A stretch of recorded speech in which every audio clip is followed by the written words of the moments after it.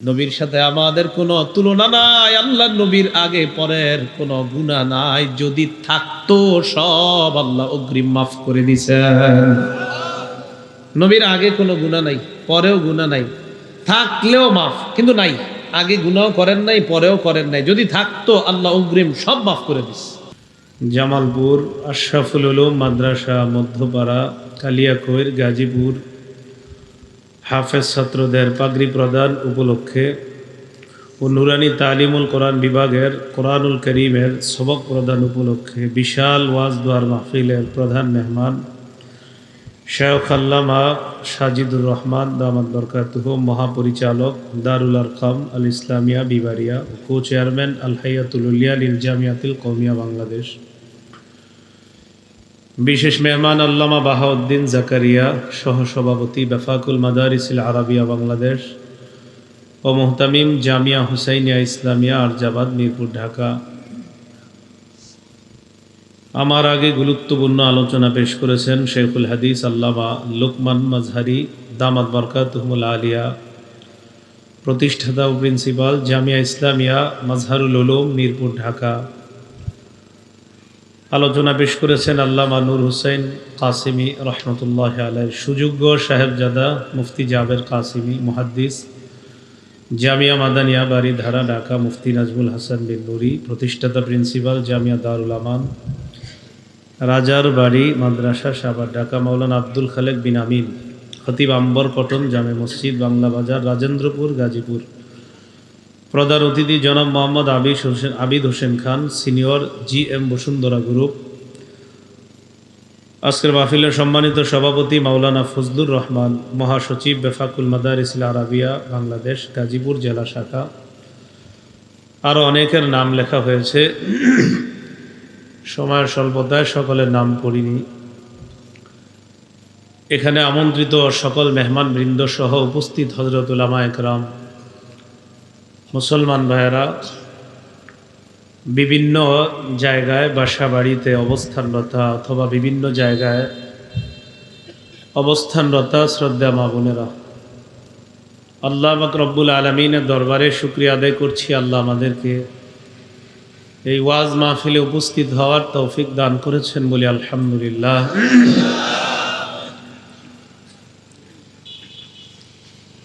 এখানে আসার পর আমাকে দুটি বিষয় সম্পর্কে আলোচনা যদি করা মুনাসিব হয় তাহলে করতে বলা হয়েছে। তো দুটি বিষয় আলোচনা করা সম্ভব হবে না। এর মধ্যে একটা হলো বেপর্দার কারণে সমাজের ক্ষতি, পর্দাহীনতার কারণে আমাদের সমাজ ক্ষতিগ্রস্ত হচ্ছে। তো সম্ভবত এইদিকে পর্দাহীনতার বেশি কারণে হয়তোবা এই জাতীয় বিষয় নিয়ে আলোচনা করার জন্য বলা হয়েছে। আর একটা বিষয় বলা হয়েছে বেদাত, কুসংস্কারাচ্ছন্ন অনেক মানুষ এখনো বেদাতে নিমজ্জিত। তো প্রথম বিষয়টা আমরা আজকে শুনি। এই বিষয়ে আলোচনা করার জন্য সূরা বনী ইসরাঈলের 32 নম্বর আয়াতে কারিমা ভূমিকা হিসাবে আপনাদের সামনে পাঠ করলাম। আয়াতে আল্লাহ পাক রব্বুল আলামিন বলেন, ওয়ালা তাকরাবুজ জিনা, তোমরা ব্যভিচারের কাছেও যেও না। ব্যভিচার করো না এটা বলে নাই, বলছে ব্যভিচারের কাছেও যেও না। এমন কাজের কাছে যাবে না তোমরা যেই কাজ তোমাদেরকে ব্যভিচারের দিকে নিয়ে যায়। ব্যভিচার ইন্নাহু কানা ফাহিশা, এটা অশ্লীলতা, বেহায়াপনা, খারাপ কাজ। ওয়াসাআ সাবিলা, এটা কতই না মন্দ রাস্তা। আবু দাউদ শরীফের 4442 নম্বর হাদিস, মুসলিম শরীফে হাদিসটা অনেক লম্বা। হাদিসটা একজন পুরুষ একজন নারীকে কেন্দ্র করে। আবু দাউদে শুধু নারীর কথা আছে, মুসলিম শরীফে পুরুষ এবং নারী উভয়ের কথা আছে। একজন পুরুষ, তার নাম মাইজ ইবনু মালিক আল আসলামি, তিনি আল্লাহ রসুল সাল্লাল্লাহু আলাইহি সাল্লামের কাছে আসলেন। আসার পর বললেন, লাকাদ যালামতু নাফসি লাকাদ জানাইতু, হে আল্লাহ রসুল আমি নিজের উপর জুলুম করেছি, আমি জিনা করেছি। উরিদু আন তুতাহহিরানি, আমি চাই আপনি আমাকে পবিত্র করে দেন। আমি এই জিনার অপরাধ নিয়ে কবরে যেতে চাই না, আপনি আমাকে দুনিয়াতেই পবিত্র করার ব্যবস্থা করেন। ফারাদ্দাহু রাসূলুল্লাহ সাল্লাল্লাহু আলাইহি ওয়াসাল্লাম, রাসূলুল্লাহ সাল্লাল্লাহু আলাইহি সাল্লাম তাকে ফিরিয়ে দিলেন। তুমি এগুলা কি বলো, যাও। পরের দিন আবার তিনি আল্লাহ রসুলের কাছে আসলেন। আসার পর বললেন, লাকাদ জানাইতু ইয়া রাসূলাল্লাহ উরিদু আন তুতাহহিরানি, হে আল্লাহ রসুল আমি ব্যভিচার করেছি, আমি চাই আপনি আমাকে পবিত্র করেন। ফারাদ্দাহু সানিয়া, দ্বিতীয় দিন আল্লাহ রসুল সাল্লাল্লাহু আলাইহি সাল্লাম আবার তাকে ফিরিয়ে দিলেন। ফিরিয়ে দেওয়ার পাশাপাশি আরসালা রাসূলুল্লাহ সাল্লাল্লাহু আলাইহি ওয়াসাল্লাম ইলা কওমি, একজন প্রতিনিধিকে আল্লাহ রসুল সাল্লাল্লাহু আলাইহি সাল্লাম এই ব্যক্তির এলাকায় পাঠাইছেন। কোন ব্যক্তির? এই যে ব্যক্তি ব্যভিচার করেছে তার এলাকায় পাঠাইছে। কেন? যে একটু গিয়ে যাচাই করে আসে তো, লোকটা বারবার আমার কাছে এসে বলছে যে ব্যভিচার করছে, মাথায় কোনো সমস্যা নাই তো, একটু তোমরা জেনে আস। তো প্রতিনিধি ওই এলাকায় গেছে, যাওয়ার পর তার ব্যাপারে এলাকাবাসীর কাছে জানতে চাইল এই লোকটা আপনাদের মাঝে কেমন, মাথা ঠিক আছে কিনা। জনগণ জবাব দিল, মা না'লামুহু ইল্লা ওয়া ফিয়াল আকলি মিন সালিহিনা ফিমা নুরা, আমাদের জানা মতে তার কোনো সমস্যা নাই, আমাদের মাঝে সুস্থ মানুষ যেমন তিনিও একজন তেমন সুস্থ, পরিপূর্ণ সুস্থ মানুষ তিনি। তৃতীয় দিন আবার রসুলের কাছে আসছে ওই ব্যক্তি যিনি অপরাধ করেছে। তো আসার পর আবার বলে, হুজুর আমি জিনা করেছি, আমি ব্যভিচার করেছি, আপনি আমাকে বিচার করেন। ফারাদ্দাহু সালিসা, তৃতীয়বার আবার ফিরিয়ে দিলেন। আবার আল্লাহ রসুল একজন প্রতিনিধি তার এলাকায় পাঠাইলেন। এলাকায় গিয়ে জানতে চাইলেন লোকটা কেমন। এলাকাবাসী জবাব দেয়, আন্নাহু লা বা'সা বিহি ওয়ালা বিআকলিহি, তার কোনো সমস্যা নাই, তার আকলে সমস্যা নাই, মানসিক কোনো সমস্যা নাই। ফালাম্মা কানা রাবিআ, চতুর্থ দিন যখন হয় আবার আল্লাহ রসুলের কাছে আসলেন। আসার পর বললেন, ইয়া রাসূলুল্লাহ আমি জিনা করেছি, আমাকে আপনি শাস্তি দিয়ে জিনার অপরাধ থেকে পবিত্র করার ব্যবস্থা করে দেন। চতুর্থ দিন আসার পর হাফারা লাহু হুফরাতান, আল্লাহ নবী একটা গর্ত করলেন। মানে অন্যদেরকে হুকুম করলেন একটা গর্ত করার জন্য। গর্তের মধ্যে তাকে রাখা হলো। ফামারান নাস ফারুজিমা, জনগণকে বললেন তাকে পাথর মারার জন্য। তাকে পাথর মারা হলো, জিনার শাস্তি তার উপর প্রয়োগ করা হলো। তিনি দুনিয়া থেকে বিদায় নিয়ে নিলেন। এ হলো পুরুষের কথা। তিনি জিনাকে কত বড় অপরাধ মনে করলে আল্লাহর কাছে যেন এই ব্যাপারে ধরা খেতে না হয়, তাই নবীজিকে বললেন, হুজুর দুনিয়াতে আমার শাস্তির ব্যবস্থা করেন। এই জন্য আল্লাহ বললেন জিনার কাছেও যেও না। জিনা করো না এটা তো পরের কথা, জিনার কাছেও যেও না। যেই কাজ তোমাদেরকে জিনার দিকে নিয়ে যায় এই কাজের কাছেও যেও না। পুরুষ তার উপর শাস্তি প্রয়োগ করার পর তিনি বিদায় নেওয়ার পর ফাজাআতিল গামিদিয়া, এক নারী আল্লাহ রসুল সাল্লাল্লাহু আলাইহি সাল্লামের কাছে আসলেন। নারী, আগের জন ছিল পুরুষ। এই নারী আসার পর বললেন, লাকাদ জানাইতু ফাতাহহিরনি ইয়া রাসূলুল্লাহ, নারী এসে বলে, হুজুর আমি জিনা করেছি, আমাকে আপনি পবিত্র করেন। ইন্নাহু রাদ্দাহা, আল্লাহ রাসূল তাকে ফিরিয়ে দিলেন। ফালাম্মা কানা মিনাল গাদি আতাতহু, ফিরিয়ে দেওয়ার পর দ্বিতীয় দিন আবার আল্লাহ রাসূলের কাছে আসলেন। আসার পর ওই নারী বলে, ইয়া রাসূলুল্লাহ লিমা তারুদ্দুনি লাআল্লাকা আন তারুদ্দানি কামা রাদাত্তা মাইজা। ইয়া রাসূলুল্লাহ, আপনি আমাকে বারবার কেন ফিরিয়ে দিচ্ছেন? হয়তো আপনি মাইজকে যেইভাবে ফিরিয়ে দিচ্ছেন এইভাবে আমাকেও আপনি ফিরিয়ে দিচ্ছেন বারবার। আজকে আমি আপনার কাছে দ্বিতীয় দিন আসলাম, হয়তো আজকে আবার আপনি আমাকে ফিরিয়ে দিবেন, আবার আসবো, আবার ফিরিয়ে দিবেন। বারবার আমাকে ফিরিয়ে দেওয়া দরকার নাই। ওয়াল্লাহি ইন্নী লাহুবলা মিনাজ জিনা। ইয়া রাসূলুল্লাহ, আল্লাহর কসম, ব্যভিচার করার কারণে আমার পেটে এখন অবৈধ সন্তান। আর কি প্রমাণ চান ব্যভিচারের? আমার পেটে সন্তান, হুজুর আর কোনো প্রমাণ লাগবে? তো রাসূল সাল্লাল্লাহু আলাইহি সাল্লাম বুঝতে পারলেন যে এরে আর ফিরিয়ে দেওয়া লাভ নাই, আসলেই অপরাধ করছে। নবীজি বললেন, ইম্মা লা হাত্তা তালিদি, এখন না, সন্তান হবে তারপর তোমার বিচার করব, যাও। হাদিসের এই অংশ থেকে আমরা বুঝলাম একটা অবৈধ সন্তানকেও আল্লাহ রাসূল হত্যা করার সমর্থন করলেন না। যদিও মুসলমানরা প্রতিনিয়ত হাজার হাজার সন্তান, বৈধ সন্তান নষ্ট করে দেয়। নারীটা চলে গেলেন, চলে যাওয়ার পর ওই নারীর সন্তান হয়েছে, সন্তান ছেলে হয়েছে। কি হয়েছে? ছেলে। ছেলেরে রসুলের কাছে নিয়ে আসছে। আতাতহু বিল ওয়ালাদি ফি খিরকা, একটা কাপড়ে পেঁচায়া আল্লাহ রসুল সাল্লাল্লাহু আলাইহি সাল্লামের কাছে নিয়ে আসছে। আনার পর বললেন, ইয়া রাসূলুল্লাহ হাদা ক্বাদ ওয়ালাদতুহু, এই যে দেখেন এই সন্তান আমি জন্ম দিয়েছি।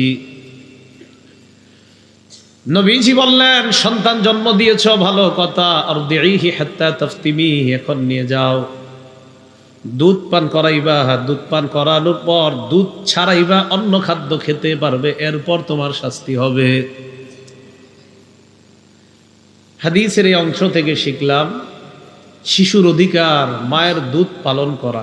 বলেন, শিশুর অধিকার মায়ের দুধ পান করা, এটা শিশুর অধিকার। তো মায়ের দুধ পান করা, এই শিশুর অধিকার প্রতিষ্ঠিত করার জন্য রাসূল সাল্লাল্লাহু আলাইহি ওয়াসাল্লাম তার মায়ের শাস্তিকে বিলম্বিত করলেন। কেন? যেন শিশু তার অধিকারটা যথাযথভাবে পায়। আর আমরা আমাদের বিবিদের স্বাস্থ্য ফিটনেস ঠিক রাখার জন্য শিশুর অধিকার লেকটুজেন 1, 2, 3 প্রতিষ্ঠিত করি। রাসূলুল্লাহ সাল্লাল্লাহু আলাইহি সাল্লাম শাস্তি বিলম্ব করলেন, দুধ খাওয়াও, দুধ পান করাও, তারপর শাস্তি হোক। ছেলেরে নিয়ে গেছে, দুধ পান করাইছে। দুধ পান করানোর পর ওই মহিলা চিন্তা করে, এবার গেলে নবীজি আবার কোনটা কইয়া ফিরাইয়া দেয় আল্লাহ জানে। একটা রুটির টুকরা ছিঁড়ছে, ছিঁড়া ওই ছেলের হাতে দিছে, যেন নবীজির সামনে গিয়ে এটা খালি মুখে দেয়। বুঝেন নাই? বাচ্চারা কিছু দিলে মুখে দেয় না, খাইতে পারলে। রুটির টুকরাটা দিছে। হাদিস আসছে ফি ইয়াদিহি কিসরাতু খুবজিন, বাচ্চার হাতে রুটির টুকরা। আল্লাহ রাসূলের সামনে ওই অবস্থায় ছেলেকে নিয়ে আসছে। আনার পর কয়, হুজুর এই যে দেখেন, হাদা কাদ আকালাল খুবজা, আমার ছেলে এখন রুটি খেতে পারে, আমার শাস্তি দেন। ফাদাফা সাবিয়া ইলা রাজুলিন মিনাল আনসার, আল্লাহ রাসূল ওই শিশুটাকে এক আনসারী সাহাবীর দায়িত্বে দিলেন। হাদিসের তৃতীয় শিক্ষা, একটা শিশুর বেড়ে ওঠার অধিকার আল্লাহ রাসূল নিশ্চিত করার পর মায়ের শাস্তি দেওয়ার জন্য চিন্তা করলেন। নবীজি ওই শিশুটাকে সালার বস্তার মধ্যে ভরে কোনো নদীর মধ্যে অথবা ব্রিজের কোনায় বা বস্তির কোনায় ডাস্টবিনের মধ্যে অথবা চিপা চুপায় ফেলে দেয় নাই। কথা বুঝে আসছে? 1 নাম্বার, শিশুকে হত্যা করে নাই। 2 নাম্বার, হাদিস শুধু শুনবেন না, এখান থেকে কি বুঝায় রাসূল সাল্লাল্লাহু আলাইহি সাল্লাম এটা বুঝতে হবে। 2 নাম্বার, শিশু মায়ের দুধ পান করবে, এটা তার শ্রেষ্ঠ খাদ্য, এটা থেকে বঞ্চিত করেন নাই। 3 নাম্বার, এটা অবৈধ শিশু বলে আল্লাহ রাসূল তাকে কোথাও ফেলে দেন নাই, বরং এই শিশুর বেড়ে ওঠা নিশ্চিত করেছেন আল্লাহ রাসূল এক সাহাবীর দায়িত্বে দিয়ে, তাকে রমনার আশেপাশে কোথাও ফেলে দেয় নাই। তো মাকে শাস্তি দেওয়ার জন্য গর্ত করা হলো। হুফিয়ার লাহা ইলা সদরিহা, বহু পরিমাণ পর্যন্ত গর্ত খনন করা হয়। গর্তের মধ্যে রাখার পর আমার মানুষকে বললেন যেন পাথর মারে। মানুষ পাথর মারা শুরু করছে। ফায়ুকবিলু খালিদ ইবনুল ওয়ালিদ বিহাজারিন ফারামা রাসাহা। সাহাবী খালিদ ইবনুল ওয়ালিদ একটা পাথর নিয়ে আসছে, আসার পর ওই নারীর মাথা বরাবর মারছে। পাথরটা মাথায় লাগার সাথে সাথে তানাদ্দাখাদ দামু আলা ওয়াজহি খালিদ, নারীর মাথা ফেটে খালিদ ইবনুল ওয়ালিদ রাদিয়াল্লাহু তাআলা আনহুর চেহারার মধ্যে নারীর ওই মাথার রক্তের ছিটা যায়। খালিদ ইবনুল ওয়ালিদ মেজাজ হারিয়ে ফেলে, ফাসাব্বাহা, ওই নারীকে একটা গালি দেয়। নারীর একটা গালি দিছে, তোমার মতো নারীর রক্ত আমার শরীরে লাগছে। ফাসামিআ আন-নবী সাল্লাল্লাহু আলাইহি ওয়াসাল্লাম সাব্বাহু ইয়াহা। খালিদ ইবনুল ওয়ালিদ ওই নারীকে যে গালিটা দিয়েছেন আল্লাহর নবী শুনে ফেললেন। নবীজি বললেন, মাহলান ইয়া খালিদ, খালিদ একটু থামো। লাকাদ তাবাত তাওবাতান লাউ তাবাহা সাহিবু মাকসিন লাগুফিরা লা। এই নারী এমন তওবা করছে, এই তওবা যদি বান্দার হক বিনষ্টকারীরাও করতে পারতো, আল্লাহ তাদেরকেও মাফ করে দিতেন। নারী জিনার শাস্তি নিয়ে দুনিয়া থেকে চলে গেল, পুরুষটাও চলে গেল। তাদের বুঝ আসছে জিনা ভয়ঙ্কর অপরাধ। আল্লাহ বলছে জিনা করো না, এটা বলে না, কয় জিনার কাছেও যেও না, এটা অশ্লীল কাজ। এ হলো ভূমিকায় কথাগুলো আমরা জানলাম। আল্লাহ আমাদের সকলকে অপরাধ থেকে বাঁচার তৌফিক দান করেন। আমাদের নীতি নৈতিকতা চরিত্র অবক্ষয় কেন হচ্ছে, অবক্ষয়ের কারণটা কি, এই কারণগুলো শুনলে ইনশাল্লাহ এই এলাকা থেকে যে বিষয়বস্তু দেওয়া হয়েছে ওই বিষয়বস্তুটা সবার মাথায় ঢুকে যাবে। মন দিয়ে শুনেন, আমার সাথে সবাই বলেন, বৈধ সম্পর্ক, অবৈধ সম্পর্ক। কয়টা বাংলা বললাম? বৈধ সম্পর্ক, অবৈধ সম্পর্ক। যুবক যুবতী বলেন, তরুণ তরুণী বলেন, আর বিবাহিত নারী পুরুষ বলেন, সকলের নীতি নৈতিকতা চরিত্র ধ্বংস অবক্ষয়ের এক নাম্বার কারণ তারা ইসলামী শিক্ষার অভাবে অবৈধ কোনো সম্পর্কে জড়িয়ে পড়ে। বলেন তো কিসের অভাব? ইসলামী শিক্ষার অভাব। ইসলাম শিক্ষা দেয় একটা নারী পুরুষের সম্পর্কের সূচনা হবে বৈধ একটা সম্পর্ক দিয়ে। ইবলিস শিক্ষা দেয় আগে 5 বছর চিনো, জানো, এখানে সেখানে ঘোরাঘুরি করো, তারপর বিয়ে করো। এটা কার শিক্ষা? ইবলিসের শিক্ষা। মন দিয়ে শোনেন খুব। সহিহ বুখারীর 5063 নম্বর হাদিস। এই হাদিসের বর্ণনাকারী আনাস ইবনু মালিক রাদিয়াল্লাহু তাআলা আনহু। ওলামা হযরতরা কথাগুলো সহজে বুঝতেছে, আলেম ছাড়া অন্য যারা আছেন আপনারা বুঝতেছেন নি? আলেম ছাড়া অন্যরা শুধু ইনশাল্লাহ বা হানা বলেন, আলেম ছাড়া অন্যরা বুঝতেছেন তো? আচ্ছা আচ্ছা। সহিহ বুখারীর 5063 নম্বর হাদিস। এই হাদিসের মধ্যে আসছে, যা সালাসাতু রাহতিন ইলা বুয়ুতি আজওয়াজিন নবী সাল্লাল্লাহু আলাইহি ওয়াসাল্লাম ইয়াসআলুনা আন ইবাদাতিন নবী সাল্লাল্লাহু আলাইহি ওয়াসাল্লাম। 3 ব্যক্তি আল্লাহ রাসূল সাল্লাল্লাহু আলাইহি সাল্লামের বিবিদের ঘরের সামনে আসছে নবীজির ঘরোয়া ইবাদতের ব্যাপারে জানতে। নবীজির কি ইবাদত? ঘরোয়া ইবাদত। বলেন তো স্বামীর ঘরের ইবাদত বেশি জানবে কে? বিবিগণ। তো আয়েশা জিজ্ঞাসা করতেছে বাহিরে দাঁড়ায়, নবীজি ঘরে কেমন ইবাদত করে? তাদের ধারণা নবী সারাক্ষণ নফল নামাজ পড়ে করে, সারা রাত মনে হয় নামাজ পড়ে, আর সারাদিন মনে হয় আল্লাহ রাসূল সাল্লাল্লাহু আলাইহি সাল্লাম শুধু ইবাদত আর ইবাদত করে, এটা তাদের ধারণা। তো বিবিরা কেউ কেউ জবাব দিলেন, নবীজি নিজের জুতা নিজেই সেলাই করে, নিজের জামা মোবারক নিজেই সেলাই করেন, বিবিদের কাজে রাসূল সাল্লাল্লাহু আলাইহি সাল্লাম সহযোগিতা করেন। তো তারা যখন এগুলো শুনছে 3 জন, ফালাম্মা উখবিরু কান্নাহুম তাকাল্লুহা, তাদেরকে যখন আল্লাহ রাসূলের ইবাদতের ব্যাপারে সংবাদ দেওয়া হয়, তাদের কাছে আল্লাহ নবীর ইবাদতগুলো কম মনে হলো। কি মনে হলো? কম। فقالوا وأين نحن من النبي صلى الله عليه وسلم وقد غفر الله له ما تقدم من ذنبه وما تأخر। 3 জন বাহিরে দাঁড়িয়ে দাঁড়িয়ে কয়, কোথায় আমরা, কোথায় আল্লাহর রাসূল? নবীর সাথে আমাদের কোনো তুলনা নাই, আল্লাহ নবীর আগে পরের কোনো গুনাহ নাই, যদি থাকতো সব আল্লাহ অগ্রিম মাফ করে দিছেন। নবীর আগে কোনো গুনাহ নাই, পরেও গুনাহ নাই, থাকলেও মাফ, কিন্তু নাই, আগে গুনাহ করেন নাই, পরেও করেন নাই, যদি থাকতো আল্লাহ অগ্রিম সব মাফ করে দিস।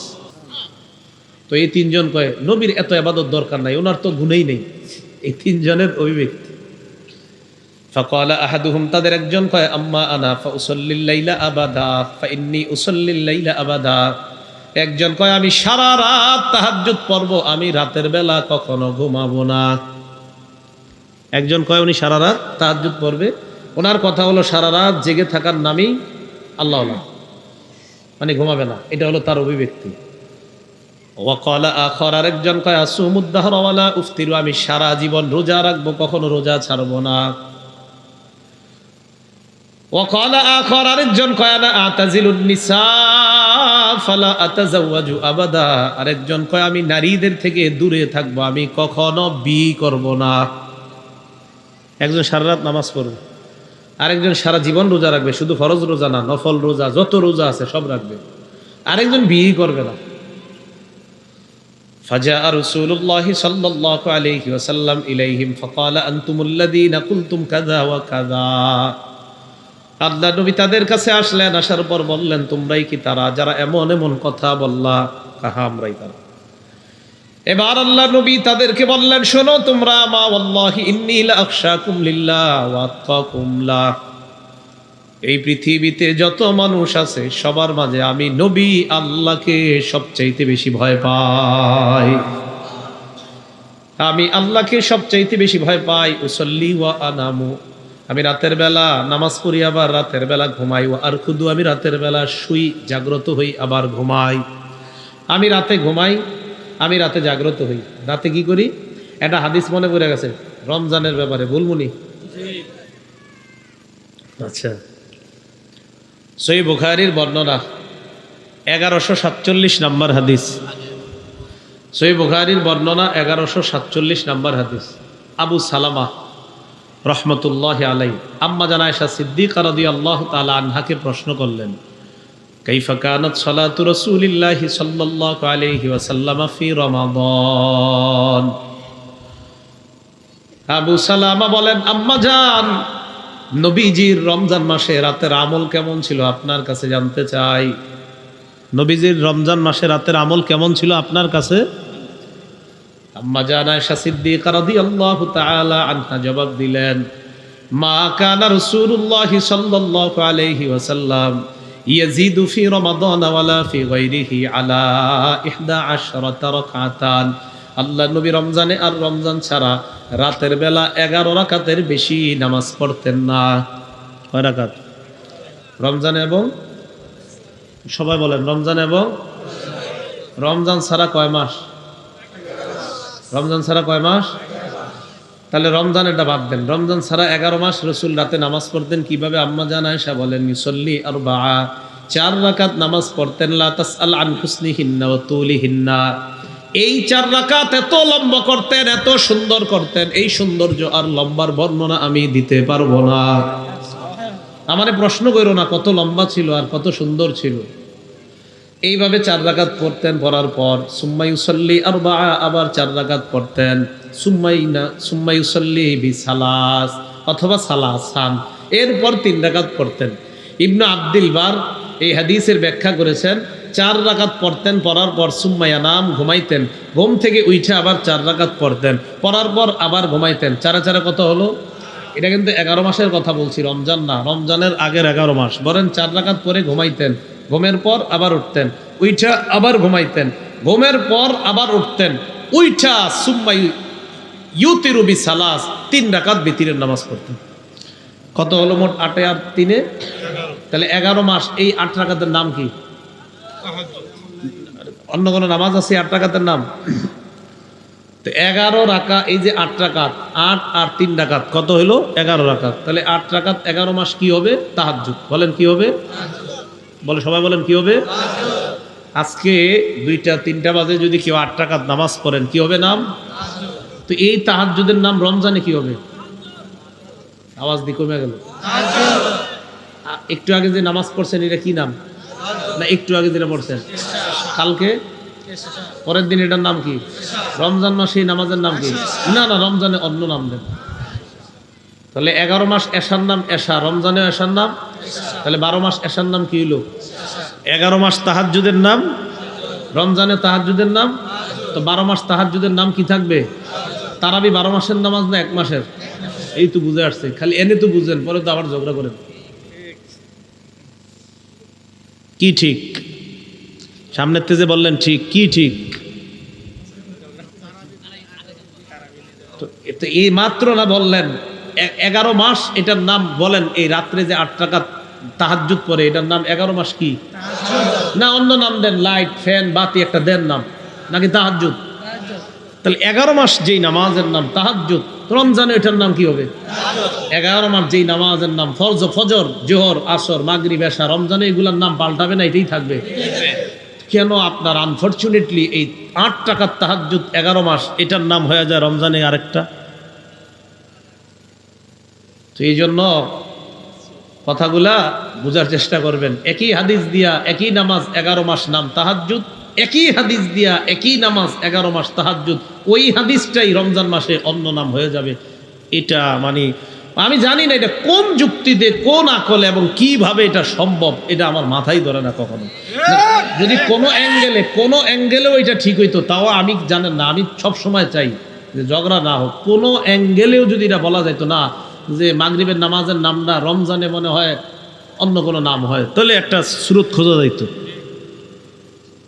আল্লাহ বুঝার তৌফিক দান করেন। তো রাসূল তাহাজ্জুদ পড়তেন কিভাবে বলেন তো?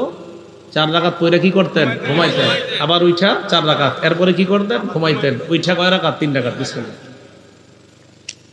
মনে আসেনি ওই 3 জনের নাম? ওই যে 3 জন। রাসূল কয় শোনো, আমি রাতে নামাজও পড়ি, রাতে ঘুমাই, আমি আল্লাহরে সবচেয়ে বেশি ভয় করি। এবার আল্লাহ নবী আরেকজনকে কয় আমি আল্লাহকে সবচেয়ে বেশি ভয় পাই।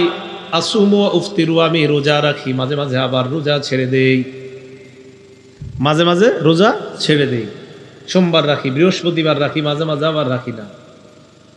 আল্লাহ রাসূল আরেকজনকে কয় আমি আল্লাহকে সবচেয়ে বেশি ভয় পাই, আমি বিয়ে করি, আতাজাওয়াজুন নিসা, আমি বিয়ে করি আবার বিবিদের হক আদায় করি। নবীজি বলেন ফামান রাগিবা আন সুন্নতি ফালাইসা মিন্নি, আমার সুন্নত থেকে যে অবজ্ঞা করে, আমার সুন্নত থেকে যে অনীহা প্রদর্শন করে, ওই ব্যক্তি আমার অন্তর্ভুক্ত নয়, নাউযুবিল্লাহ। তাহলে বলেন তো নবীজি বিয়ে করে কিনা? তাহলে নবীর বিবি যারা হয়েছেন, নবীজির বিবি যারা হয়েছেন, আমাদের আম্মাজান যারা হয়েছেন, নবীর বিবি যারা হয়েছেন, কোন বিধানটা পালন করে? বিয়ে। বলেন সবাই, কোন বিধান পালন করে? কেন? উনি পৃথিবীর শ্রেষ্ঠ মানুষ, ওনার বিয়ে দরকার ছিল কি? তাহলে বোঝা গেল বৈধ সম্পর্কের সূচনা হবে কি দিয়ে? বলেন, বৈধ সম্পর্কের সূচনা নারী পুরুষ অথবা পৃথিবীর শ্রেষ্ঠ মানুষটাও একজন নারীর সাথে বৈধ সম্পর্কের সূচনা হবে কি দিয়ে? সহিহ বুখারীর বর্ণনা 5078 নম্বর হাদিস। এই হাদিসের বর্ণনাকারী আম্মাজান আয়েশা সিদ্দিকা রাদিয়াল্লাহু তাআলা আনহা। নবীজি একদিন আম্মাজান আয়েশারে কয়, আয়েশা ইন্নী উরিতুকি ফিল মানাম মাররাতাইন, আয়েশা আমি স্বপ্নে তোমাকে বিয়ে করার আগে 2 বার দেখছি। স্বপ্নে আমি দেখলাম ফাইদা রাজুলুন ইয়াহমিলুকি ফি সারাকাতি হারির, আমি দেখলাম তোমাকে রেশমের কাপড়ের মধ্যে পেঁচায়া কে যেন আমার সামনে দিয়ে নিয়ে যায়। নিয়ে যাওয়ার সময় আমাকে ডাক দিয়ে বললেন হাদিহি ইমরাতুকা, এই রেশমের কাপড়ের মধ্যে যে আছে তিনি আপনার বিবি। ফাকশিফুহা, আমি রেশমের কাপড়টা সরাইলাম, সরাইয়া দেখলাম ফাইদা হিয়া আনতি, আয়েশা রেশমের কাপড়ের মধ্যে তোমাকে দেখা যায়। আম্মা জান আয়েশা সিদ্দিকা রাদিয়াল্লাহু তাআলা আনহা সাহাবাদের মধ্যে বিখ্যাত 7 জন মুফতিয়ার মধ্যে 6 জন পুরুষ, 1 জন হলেন নারী, 1 জন আম্মা জান আয়েশা সিদ্দিকা। বলেন আম্মা জান আয়েশা সিদ্দিকা নবীর বিবি হওয়ার সৌভাগ্য অর্জন করেছেন কোন বিধান পালন করে? তাহলে আম্মা জান আয়েশা সিদ্দিকা নবীর এই সুন্দর জীবনের সূচনা হয়েছে কি দিয়ে? তাহলে বিয়ে দিয়ে সম্পর্কের সূচনা হবে। আগে 2 বছর এটা করতে আসলো। সহিহ বুখারীর 5069 নম্বর হাদিস। এই হাদিসের বর্ণনাকারী সাঈদ ইবনে জুবায়ের আমরা মেশকাত দাওরা যখন পড়ি, মানে মাওলানা, ওই বছর বাড়ি থেকে আসলে ওস্তাদরা বলতেন এইভাবে, কিরে বিয়ে করছিস নি, মানে মাওলানা হয়ে যান। সাঈদ ইবনে জুবায়ের আব্দুল্লাহ ইবনে আব্বাস রাদিয়াল্লাহু তাআলা আনহুমার ছাত্র। এই আব্দুল্লাহ ইবনে আব্বাস সাঈদ ইবনে জুবায়েরকে বলতেছে, সহিহ বুখারীর 5069 নম্বর হাদিস। আব্দুল্লাহ ইবনে আব্বাস সাঈদ ইবনে জুবায়েরকে বলে, হাল তাজাওয়াজতা, এই মিয়া বিয়ে করছো? সুবহানাল্লাহ। ছাত্রকে জিজ্ঞাসা করলেন, তো কয় না হুজুর বিয়ে করি নাই। আব্দুল্লাহ ইবনে আব্বাস কয় তাজাওয়াজ, বিয়ে করো তাড়াতাড়ি। ফাইন্না খায়রা হাদিহিল উম্মাহ আকসারুহা নিসা, এই উম্মতের সর্বশ্রেষ্ঠ মানুষটার অনেক বিবি ছিল, তো আর তুমি এখনো বিয়ে করো নাই, তুমি একটাও করলা না এখনো, তুমি বিয়ে করো। বলেন আব্দুল্লাহ ইবনে আব্বাস তার ছাত্রকে একটা নতুন জীবনের সূচনা করার জন্য বললেন কোন বিধান পালন করে? আব্দুল্লাহ ইবনে আব্বাস উস্তাদ। বর্তমান জামানায় এমন উস্তাদও পাওয়া যায়, এমন শিক্ষকও পাওয়া যায়, যে শিক্ষকরা ছাত্রদেরকে উদ্বুদ্ধ করে আগে রিলেশন করো, সম্পর্ক করো, এরপর চিন্তা করবা বিয়ে করবা কি করবা না, শয়তান। আগে সম্পর্ক করো, এরপর তুমি সিদ্ধান্ত নিবা, সিদ্ধান্ত তোমার, তোমার চয়েস, তোমার ডিসিশন। তো তুমি সিদ্ধান্ত নিবা, আগে দেখবা শুনবা। এই জন্য দেখা শুই না বিয়ে করার পর 1 বছর 2 বছরও টিকে না। আর আমগো দাদা দাদিরা দেখেন এখনো তাদের মাঝে যে মোহাব্বত, এই মোহাব্বত বর্তমান 20 বছর 30 বছর যুবক যুবতীর মাঝে পাবেন না। 90 বছরের একজন বৃদ্ধ আর 80 বছরের বৃদ্ধা, আচ্ছা তাদের মাঝে কি শুরুর দিকের চাহিদা থাকে কোনো? এরপরে বুড়া বুড়ির ছাড়া থাকে না কেন বলেন? আল্লাহ কোরআনে বলছে ওয়া জাআলা বাইনাকুম মাওয়াদ্দাতাও ওয়া রাহমা। এ রহমা কেন বলছে? মাওয়াদ্দাতা এটা শুরুর যুগের ভালোবাসা, রহমা মানে দয়া, যেন বুড়াবুড়ি হওয়ার পরেও তারা কেউ কাউকে ছেড়ে না যায়। এই জন্য দেখবেন দাদি যদি বেড়াইতে যায় 1-2 দিন থাকার পর দাদা কয়, কিরে তো দাদি কই?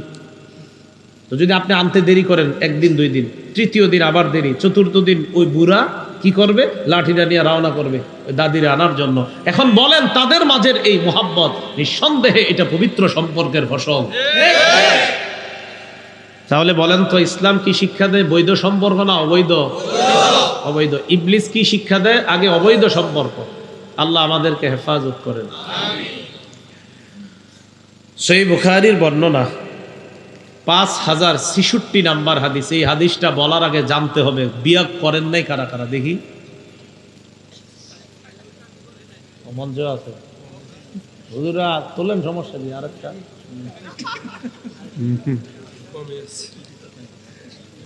ঠিক আছে, হাত নামা। এবার হাদিস শুনেন, এটা হলো অবিবাহিত যারা, শুনে শুনে এই হাদিসটা রসুল অবিবাহিত আরেক সাহাবা, এই যুবক সাহাবাদেরকে লক্ষ্য করে বলছে। ইমাম নববী রহমতুল্লাহ আলাইহি লেখছেন যে 30 বছরের কম যাদের বয়স ছিল, আল্লাহ রসুল সাল্লাল্লাহু আলাইহি সাল্লাম মূলত তাদেরকে যুবক বলে ডাক দিয়েছেন। সুবহানাল্লাহ। কয় বছরের কম? 30-এর কম। এই হাদিসের বর্ণনাকারী আব্দুল্লাহ ইবনে মাসউদ রাদিয়াল্লাহু তাআলা তিনি বলেন, কুন্না শাবাবান মা নবী সাল্লাল্লাহু আলাইহি ওয়াসাল্লাম, আমরা একদল যুবক আল্লাহ রসুলের সাথে ছিলাম। ফাকালা লানা রাসূলুল্লাহ সাল্লাল্লাহু আলাইহি ওয়াসাল্লাম, নবীজি আমাদেরকে বললেন, ইয়া মাশারাশ শাবাব মান ইসতাতাআল বাআ ওয়া ফি রিওয়ায়া মিনকুমুল বাআ, তোমাদের মধ্যে যারা বিয়ের সামর্থ্য রাখে, ফাল্যাতাজাওয়াজ, সে যেন বিয়ে করে। কি রাখে? বিয়ের। এই যেগুলো হাত তুলছেন, অনেকের বেতন আছে 25,000, এখনো বিয়ে করেন নাই কেন? হ্যাঁ, 30,000 বেতন আছে, 20,000 বেতন, পরিবার যায় না? মানে পরিবারে বুঝান, আপনার যে গুনাহ হইতেছে এটা পরিবার জানেনি। মান ইসতাতাআল বাআ ফাল্যাতাজাওয়াজ, যারা সামর্থ্য রাখে সে যেন বিয়ে করে। ফাইন্নাহু আগাদ্দু লিল বাসার, আল্লাহ নবী বলেন বিয়ে নজর নিচে রাখে, নজর হেফাজত করে। ওয়া আহসানু লিল ফারজ, লজ্জাস্থান হেফাজতে সহায়ক হয়ে যায়। ওয়া মান লাম ইস্তাতি ফালাইহি বিস-সাওম, যার সামর্থ্য নাই সে যেন রোজা রাখে। যার সামর্থ্য নাই সে কি করবে? বলেন তো, যার সামর্থ্য আছে সে কি করবে? সামর্থ্য না থাকলে কি রাখবে? বলেন সবাই, গুনাহ করার কোনো সুযোগ নাই। না, এটা আসতে বলেন কেন? যারা মোবাইলে রাতে গুনাহ করেন এরাও বলেন, বলেন গুনাহ করার কি নাই? এই যে আপনার আব্বা আপনার 35,000 টাকা দিয়ে একটা মোবাইল কিনে দিচ্ছে, আর 5,000 মিলেলে তো সুন্দর মোহরানা দিয়ে বিয়ে হয়ে যায়।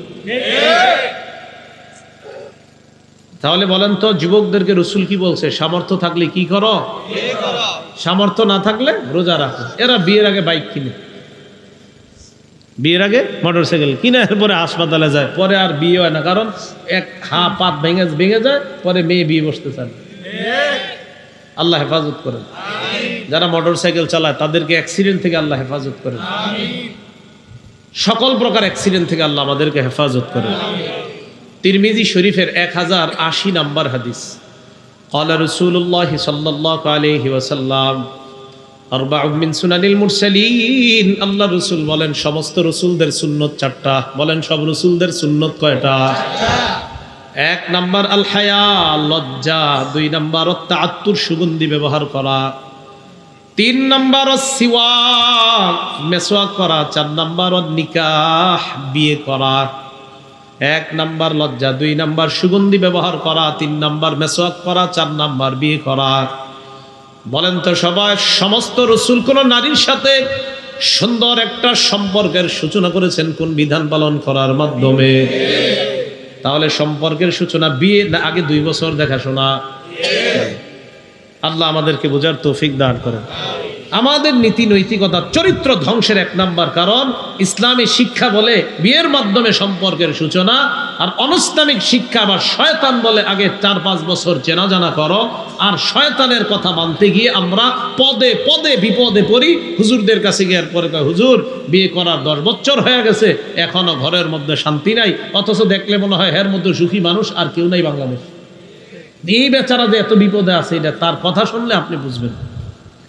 আল্লাহ হেফাজত করেন। এইগুলো 1 নাম্বার কারণ। এবার 2 নাম্বার কারণটা শুনেন, আমাদের ধ্বংস, চরিত্র ধ্বংসের। বলেন পর্দাহীনতা। সবাই বলেন পর্দাহীনতা। এই কালিয়া কইরা আছে কিনা জানি না, না থাকলে আমার এই বিষয়ে কথা কইতে গেছি কি লিখে। 2 নাম্বার কি? পর্দাহীনতা। বলেন সবাই কি? হয়তো নাই, বাকি ভবিষ্যতে যেন না হয়, জন্য ওলামারা সচেষ্ট আর কি, সচেতন করতেছে।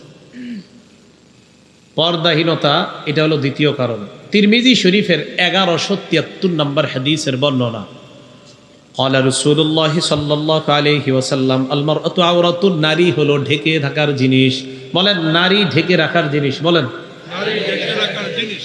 ফাইদা খরাজাত, এই নারী ঢেকে রাখার জিনিস, নারী ঢাকনার মধ্যে থাকার জিনিস। নারী যদি ঢাকনা ছাড়া বের হয়, পর্দা ছাড়া বের হয়, ইস্তাশরাফাহাশ শাইতান, এই নারীটাকে শয়তান পুরুষের চোখে আকর্ষণীয় রূপে উপস্থিত করে দেয়। নাউজুবিল্লাহ।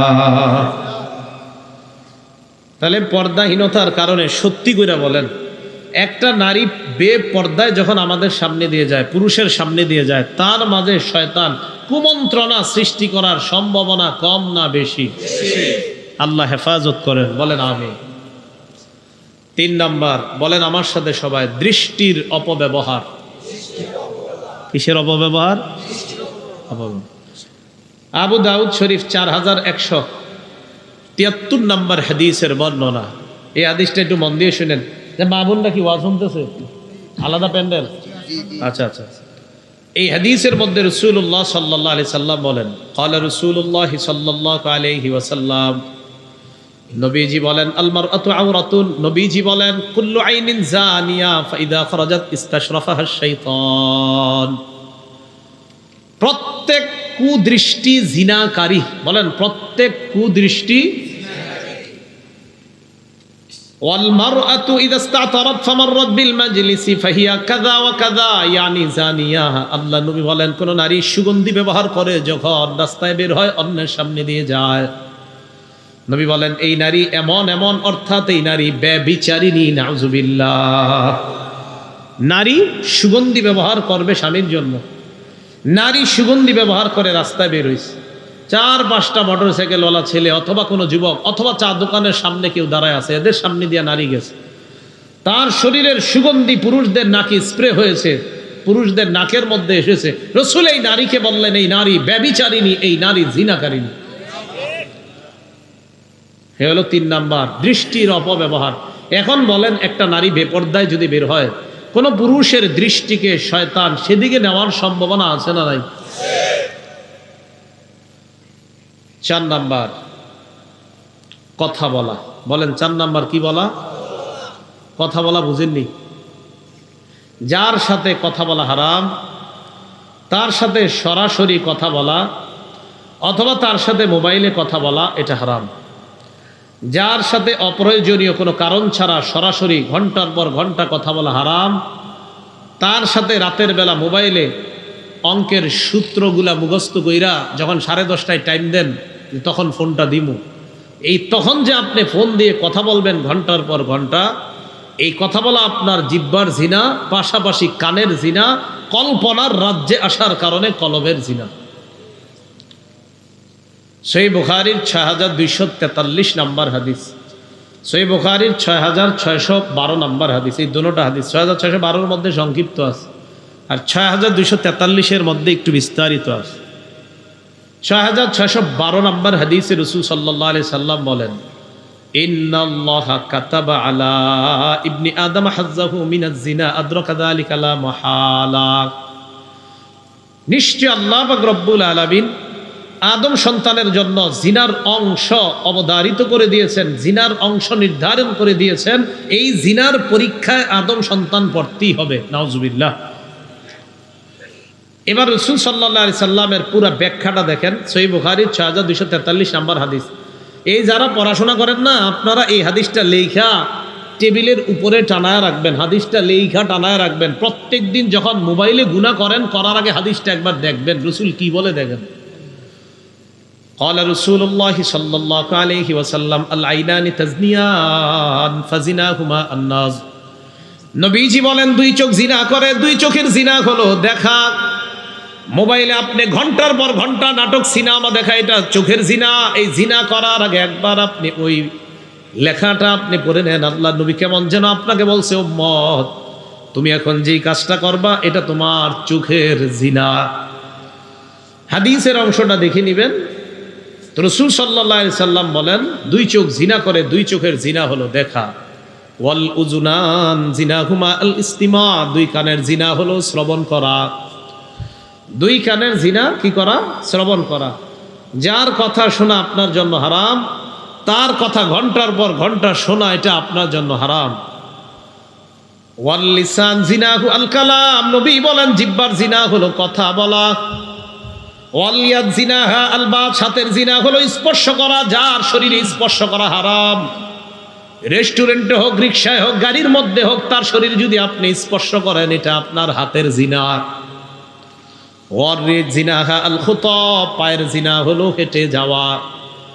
14 ফেব্রুয়ারি যারা আপনারা ফার্স্ট টাইম দেখা করার জন্য রওনা করছেন, ঘর থেকে বের হওয়ার সাথে সাথে আপনার পায়ের জিনা শুরু হয়ে গেছে। এই যে আপনি পায়ের জিনা করতে করতে যাচ্ছেন, এবার রাসূল বলেন ওয়ান নাফসু তামান্না ওয়া তাশতাহি, এটা বুখারীর এক বর্ণনা। আরেক বর্ণনা রাসূল বলেন আল কলবু ইয়াতামান্না ওয়া ইয়াশতাহি, অন্তর কল্পনা করে, যাইতে যাইতে চিন্তা করতেছেন এতদিন মোবাইলে কথা বললাম, আজকে সরাসরি দেখব, না জানি দেখতে কেমন, কল্পনার রাজ্যে বারবার তাকে আনছেন, এটা কলবের জিনা। রাসূলুল্লাহ সাল্লাল্লাহু আলাইহি সাল্লাম বলেন ওয়াল ফরজু ইউসাদ্দিকু যালিকা আও ইউকাযযিবু, লজ্জাস্থান এটাকে বাস্তবায়ন করে। আল্লাহ না করেন, আল্লাহ না করেন, আল্লাহ আমাদেরকে এই জিনা থেকে হেফাজত করেন।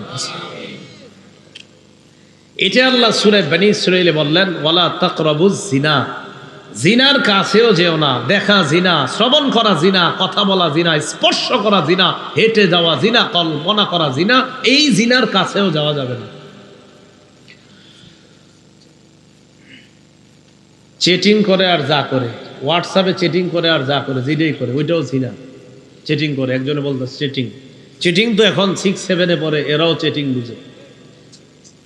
আল্লাহ হেফাজত করেন। আরো কয়েকটা ইংলিশ শিখে ফেলছে, কয় we are in modern civilization, আমরা আধুনিক সভ্যতায় আছি। এই আধুনিক সভ্যতায় থাকার কারণে এটা কোনো ব্যাপার না, ইটস আওয়ার ফ্রিডম, এটা আমাদের স্বাধীনতা। এটা স্বাধীনতা না, এটা অসভ্যতা, এটা অশ্লীলতা, এটা বেহায়াপনা, এটা যার সন্তান পয়দা করা রাস্তা খোলা হয়। এটার নাম কখনো লজ্জাশীলতা, আর এটার নাম কখনো স্বাধীনতা হতে পারে না। রাসূলুল্লাহ সাল্লাল্লাহু আলাইহি সাল্লাম বলে দিলেন চোখের জিনা, কানের জিনা, হাতের জিনা, পায়ের জিনা, ভাই এগুলা থেকে বেঁচে থাকেন, যুবক ভাইরা বেঁচে থাকেন, আল্লাহ হেফাজত করেন।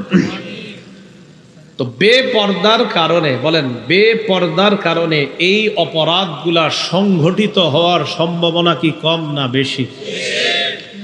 তাহলে পর্দার ব্যাপারে বাস আজকে এতটুকু থাক। আল্লাহ আমাদের সকলকে, মা বোন যারা আছে সকলকে শরঈ খাস পর্দা করে পুরুষদেরকেও যেন গুনাহ থেকে তারা বাঁচার জন্য সহযোগী হতে পারে, আল্লাহ তৌফিক দান করেন। বেদাত, বলেন কি? সামান্য একটু শোনেন বেদাতের ব্যাপারে, যেহেতু এই বিষয় একটু বলার জন্য বলছি। রাসূলুল্লাহ সাল্লাল্লাহু আলাইহি সাল্লাম যে শরীয়ত দুনিয়াতে রেখে গিয়েছেন, এই শরীয়তের মধ্যে ইবাদতের নামে নতুন কিছু অনুপ্রবেশ করিয়ে দেওয়া, এটা বেদাত। বলেন তো, বলেন আমার সাথে, শরীয়তের মধ্যে ইবাদতের নামে নতুন কিছু প্রবেশ করিয়ে দেওয়া বেদাত। বেদাতের 5টা ভয়াবহতা খালি মনে রাখেন, মনে রাখার পর চিন্তা করবেন এইগুলো আর করবেন কিনা। 1 নাম্বার, বেদাতি কাজ না ছাড়লে তার তওবা কবুল হয় না। রাসূলুল্লাহ সাল্লাল্লাহু আলাইহি সাল্লাম বলেন, ইন্নাল্লাহা হাজাবাত তাওবাতা আন কুল্লি সাহিবি বিদআতিন হাত্তা ইয়াদা বিদআতা। আল্লাহ পাক রব্বুল আলামিন বেদাতির তওবা কবুল করেন না যতক্ষণ বেদাতি বেদাত থেকে ফিরে না আসে। বেদাত কি? উলামায়ে কেরাম জিমার মিম্বর থেকে, হক্কানি উলামায়ে কেরাম কওমি মাদ্রাসার সাথে সম্পর্ক রাখে সহ আরো আহলে হক যত উলামায়ে কেরাম আছে, তারা মিম্বর থেকে যে বিষয়গুলা বলে দিবে যে এটা বেদাত, এটা বেদাত, এটা বেদাত, এই জাতীয় বিষয়গুলা বেদাত মনে করে এগুলা থেকে আমরা ফিরে আসব। এই কথা কেউ বলবো না আমার দাদা করছে, আমার আব্বা করছে। শোনেন, যদি ভুল করে থাকে আপনার দাদা, এটা ভুল। যদি ভুল করে থাকে আপনার বাবা, এটা ভুল। আপনিও যদি ভুল করেন, ভুল আপনার 14 গোষ্ঠী করে থাকলে ভুল, এটা মেনে নিতে হবে। 2 নাম্বার বেদাতের ভয়াবহতা, বেদাতি হাউজে কাউসারের পানি পান করতে পারবে না। সহিহ বুখারী 6583, 6584, এই 2টা হাদিস মিলে একটা হাদিস বলি আপনাদের, 2টা হাদিস মিলে পুরোটা হাদিস। রাসূলুল্লাহ সাল্লাল্লাহু আলাইহি সাল্লাম বলেন, আনা ফারাতুকুম আলাল হাউজ, আমি কিয়ামতের ময়দানে তোমাদের আগে আগে হাউজে কাউসারের সামনে দাঁড়িয়ে থাকবো, তোমাদেরকে পানি পান করানোর জন্য। এই জায়গাটা একটু মন দিয়ে শুনেন। মান মাররা আলাইয়া, আমার সামনে দিয়ে যে অতিক্রম করবে, শারিবা, সে হাউজে কাউসারের পানি পান করবে। ওমান শারিবা লাম ইয়াজমা, যে পানি পান করবে সে জান্নাতে যাওয়ার আগে কিয়ামতের মাঠে বিভীষিকাময় মুহূর্তের মধ্যেও সে পিপাসার্ত হবে না। বলেন তো আমার সাথে, রসুলের সামনে যে যাবে সেই হাউজে কাউসারের পানি। তাহলে বলেন, হাউজে কাউসারের পানি পান করবে কারা? নবীর সামনে দিয়ে যাবে যারা। কিন্তু নবীজি কি বলে দেখেন পরে, সুম্মা লা ইয়ারিদান্না আলাইয়া আকওয়াম আরিফুহুম ওয়া ইয়ারিফুনানি, এরপর আমার সামনে একদল আসবে, আসার পর আমি তাদেরকে চিনবো, তারাও আমাকে চিনবে। আমি দেখবো আমার উম্মত, আর তারাও বুঝবে আমি তাদের নবী। যেই মাত্র আমি তাদেরকে পানি পান করাবো, ইউহালু বাইনি ওয়া বাইনাহুম, আমার মাঝে আর তাদের মাঝে প্রতিবন্ধকতা সৃষ্টি করা হবে। এটা বুখারীর 6583 নাম্বার হাদিস। বাস এতটুকু শেষ। পরের হাদিস 6584-তে পরের অংশটা নবীজি বলেন, আমি বলবো ইন্নাহুম মিন উম্মতি, আল্লাহ এরা তো আমার উম্মত, আমি তো এদেরকে চিনছি। আল্লাহর পক্ষ থেকে জবাব দেওয়া হবে, ইন্নাকা লা তাদরি মা আহদাসু বা'দাকা, আপনি জানেন না এরা দুনিয়াতে কি করছে আপনি আসার পর।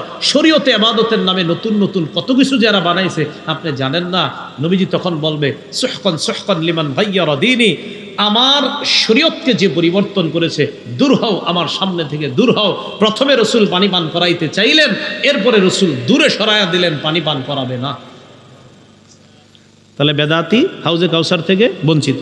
3 নাম্বার, বেদাতি অভিশপ্ত। বলেন বেদাতি। সহিহ বুখারীর 3172 নম্বর হাদিস, রসুল বলেন, মান আহদাসা হাদাসান, কেউ যদি বেদাতি কর্মকাণ্ড করে, আও মুহদিসা, অথবা কোনো বেদাতিকে আশ্রয় দেয়, আমার বাসায় থাকেন, থেকে এই রুমটাকে কেন্দ্র করে আপনি যত আকাম পারেন করেন, এরকম যদি কেউ আশ্রয় দেয়, বেদাতিকে কেউ যদি আশ্রয় প্রশ্রয় দেয় যে আমার এখানে থাইকা আপনি যা পারেন করেন, আর যা কিছু পাইবেন আমার একটু মাঝে মাঝে দিয়েন, এরকম যদি কেউ আশ্রয় প্রশ্রয় দেয়, ফালাইহি লানাতুল্লাহি ওয়াল মালাইকাতি ওয়ান নাসি আজমাইন, তার উপর আল্লাহর অভিশাপ, তার উপর ফেরেশতাদের অভিশাপ, দুনিয়ার সব মানুষের অভিশাপ।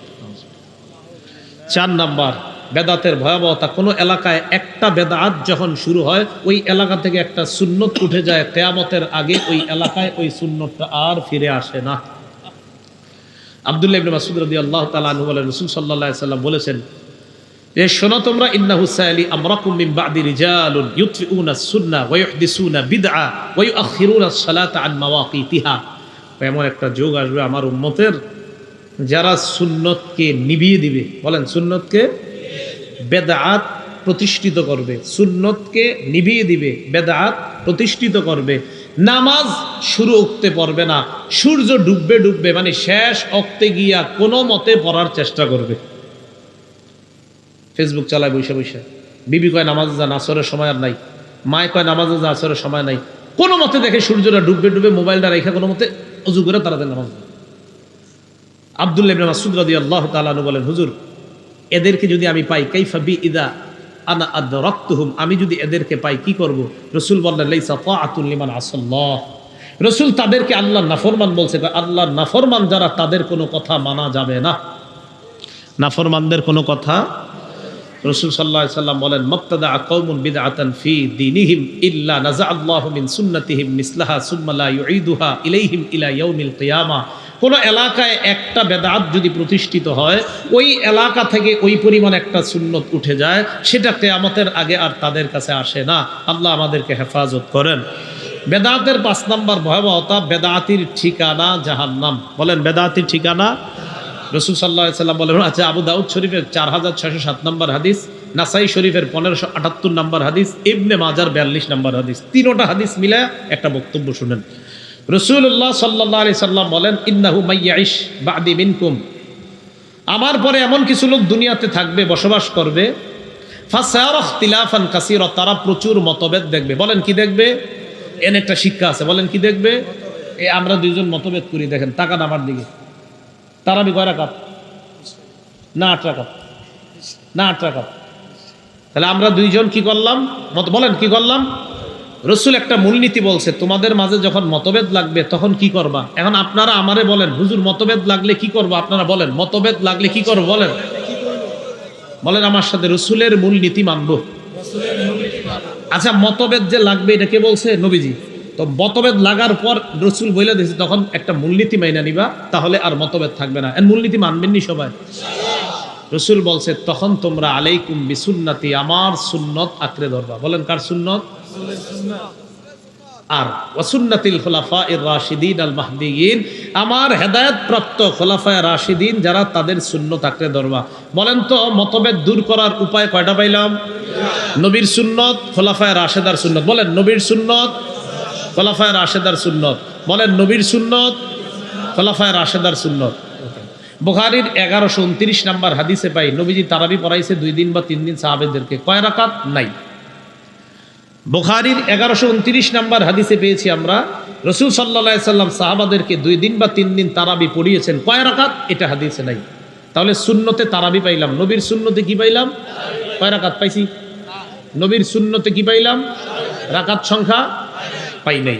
মুয়াত্তা মালিকের মাজা আফি কিয়ামি রমাদানের মধ্যে ইমাম মালিক আনছেন, সাইব ইবনে ইয়াজিদ থেকে, ইয়াজিদ ইবনে হারুন থেকে আনছেন, কানা রাসূলুল্লাহ সাল্লাল্লাহু আলাইহি ওয়াসাল্লাম ইয়াকুমুনা ফি জামানি, কানা নাসু ইয়াকুমুনা ফি জামানি উমর ইবনুল খাত্তাব রাদিয়াল্লাহু তাআলা বি 23 রাকাত। মানুষ ওমর ইবনুল খাত্তাব রাদিয়াল্লাহু তাআলা আনহুর জামানায় 23 রাকাত নামাজ পড়তেন, 20 রাকাত তারাবি পড়তেন। কয় রাকাত তারাবি? বলেন তো, নবীর আমগো দুইজনের দ্বন্দ্ব, তারাবি কয় রাকাত নিয়া? নবীর সুন্নতে তারাবি পাইছি, রাকাত পাইনি। নবীর আমরা দ্বন্দ্ব তারাবি নিয়া। এখন খুঁজমু কই উপায়টা? নবীর মূলনীতিতে। তবে নবী মূলনীতি বলছে আমার সুন্নত আর খোলাফায়ে রাশেদার সুন্নত। তো নবীর সুন্নতে আমরা দ্বন্দ্ব নিরসন করতে চাইছি, চাইয়া শুধু তারাবি পাইছি, রাকাত পাই নাই। এবার দ্বিতীয় উপায়, হযরতে ওমর ইবনুল খাত্তাবের জামানায় 20 রাকাত তারাবি পেয়ে গেছি। এর মানে নবীর কথা মাইনা তারাবি পাইলাম, ওমর ইবনুল খাত্তাবের সুন্নতে 20 রাকাত পাইলাম। ওমর ইবনুল খাত্তাবের এই 20 রাকাতের উপর আমল করা মানিও নবীর কথার উপর আমল করা। আরে বুঝা ঠিক না, না বুঝা? আল্লাহ বুঝার তৌফিক দান করেন। আলেম ছাড়া অন্যরা বুঝছেননি? নবীজি আলেমরা তো বুঝে গেছে, অন্যরা বুঝছেননি, আপনারা বুঝলেই চলবে। নবীজি কি বলছে? আমার সুন্নত আর আমার খোলাফায়ে রাশেদার সুন্নত। তাহলে বলেন তো, আমার সুন্নত আঁকড়ে ধরবা, খোলাফায়ে রাশেদার সুন্নত আঁকড়ে ধরবা। আচ্ছা, আঁকড়ে ধরার কথাটা কার? নবীর। তাহলে নবীর সুন্নত আঁকড়ে ধরা মানিও নবীর কথা মানা, আর খোলাফায়ে রাশেদার সুন্নত আঁকড়ে ধরা মানিও নবীর কথা মানা। তাই তো আমরা ওমরে ফারুকের 20 রাকাত সুন্নত মারির দাঁত দিয়ে আঁকড়ে ধরে নবীর কথা আমরা মানি। আল্লাহ আমাদেরকে বুঝার তৌফিক দান করেন। তাহলে এই হাদিসের শেষে এরপরে রসুল বলেন, ইয়াকুম ওয়া মুহদাসাতিল উমুর, তোমরা নব আবিষ্কৃত ইসলামের মধ্যে, শরীয়তের মধ্যে ইবাদতের নামে বেদাত থেকে বাঁচো। ফাইন্না কুল্লা মুহদাসাতিন বিদআ, ইসলামের মধ্যে নতুন ইবাদতের নামে আবিষ্কৃত যা হবে সব বেদাত। ওয়া কুল্লা বিদআতিন দালালা, প্রত্যেক বেদাতি পথভ্রষ্টতা। ওয়া কুল্লা দালালাতিন ফিন্নার, প্রত্যেক পথভ্রষ্টতার ঠিকানা হলো জাহান্নাম। আল্লাহ আমাদের সকলকে বুঝার তৌফিক দান করেন। ওলামা হযরতদের আবেদনে আমাকে বলছেন আমার বয়ানগুলা যেন সংকলন করি, লেখক না আমি, সংকলক। সেই হিসাবে আমার বয়ানগুলা সংকলন হয়েছে, মোটামুটি 3 খণ্ডে মনে বের হয়েছে। তো 1 খণ্ড মনে হয় নাই, 2-3 খণ্ড আছে, মানে সব আলাদা আলাদা বয়ান, সমস্যা নাই। যে কোনো খণ্ড আপনারা, এটা শুধু আলেমরা নিবেন এমন না, অন্য যারা আপনারা নিবেন, যারা পড়বেন তারা নিবেন, যারা পড়বেন না তারা না। একদম সহজ, এখানে পেঁচায় কিচ্ছু লেখা হয় নাই। সাধারণ জনগণ যেন পড়তে পারেন, সহজ সভ্যভাবে লেখা হয়েছে। এই আমি যেইভাবে বয়ান করি বাস আমার কিতাবেও ওইভাবে আপনারা পাবেন এইগুলা। আপনাদের লাগলে গাড়ি থেকে নিতে পারেন, 5 মিনিট সময়, এরপরে ইনশাল্লাহ গাড়ি অফ হয়ে যাবে। আল্লাহ আমাদের সকলকে, ও মহিলা প্যান্ডেল আপনারা মা বোন যারা আছেন আপনারা নিতে পারেন। ওখানে মেয়েদের ব্যাপারেও অনেক আলোচনা আছে, সম্ভবত 2-3 খণ্ডে মেয়েদের সম্পর্কে লম্বা আলোচনা আছে। আল্লাহ আমাদের সকলকে যে কথাগুলো বললাম শুনলাম আমল করার তৌফিক দান করেন।